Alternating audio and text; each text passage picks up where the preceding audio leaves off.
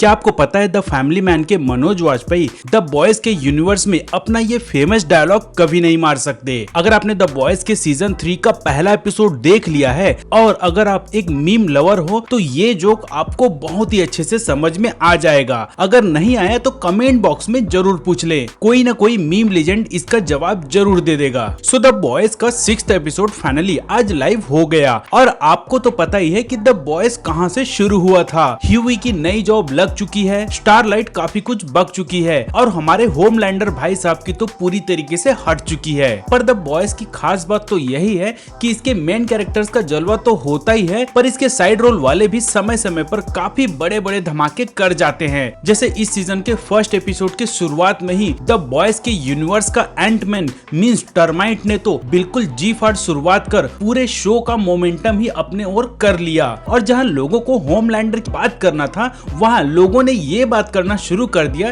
कि भाई थैनोस और एंटमैन की लड़ाई किस तरीके से होनी चाहिए थी। और द बॉयज की खूबी भी तो यही है, क्या लोग एक्सपेक्ट करेंगे, क्या वो देखेंगे और वो किस पे चर्चा करेंगे, सब कुछ अनएक्सपेक्टेड ही होता है। खैर वैसे सीजन 3 के 6वें एपिसोड से जो बवाल होना शुरू होगा उसका अंदाजा तो ऑलमोस्ट सभी को ही था और हुआ भी वही। भाई finally Homelander versus soldier boy, butcher और ह्यूई का जबरदस्त फाइट सीन हमें देखने मिल ही गया। और सच बताऊं तो ये फाइट सीन को देखकर मुझे काफी टाइम बाद सिविल वॉर का वो आइकॉनिक फाइट सीन याद आ गया। बस फर्क इतना ही था कि उसमें 3 थे और इसमें 4। वैसे होमलैंडर को भी मानना पड़ेगा, वो 3 वर्सेस 1 होकर भी काफी तगड़ी टक्कर दे गया और वहां से भाग निकला, जो थोड़ा सा तो कावर्ड फील करवाता है, बट उस टाइम उसके पास और भी कोई ऑप्शन नहीं था। साथ ही इस मेगा बवाल के बाद स्टारलाइट के पास भी अब कोई ऑप्शन नहीं बचा वार्ड छोड़ने और होमलैंडर को पब्लिकली एक्सपोज करने की। और ये दोनों ही सीन द बॉयज को एक अलग ही लेवल पर लाकर छोड़ दिया है। लिटरली अब तो ये कोई भी नहीं सोच सकता कि कौन किसकी हेल्प करेगा और कौन किसकी मारेगा।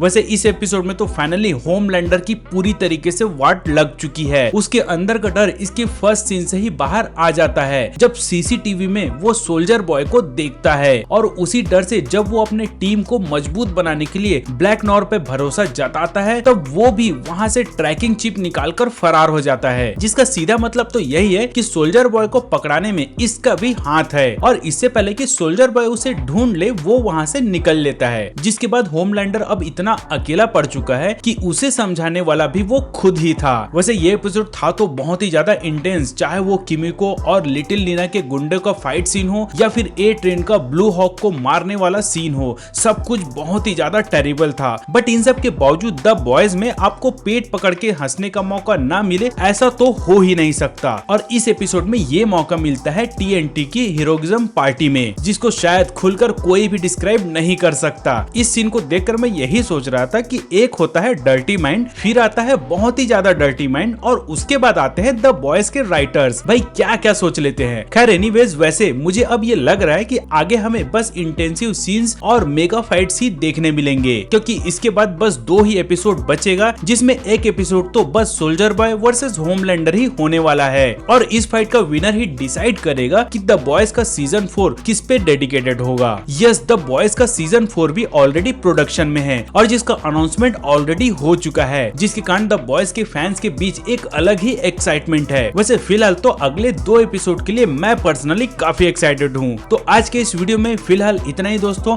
मिलते हैं अगले वीडियो में, तब तक के लिए टाटा बाय बाय एंड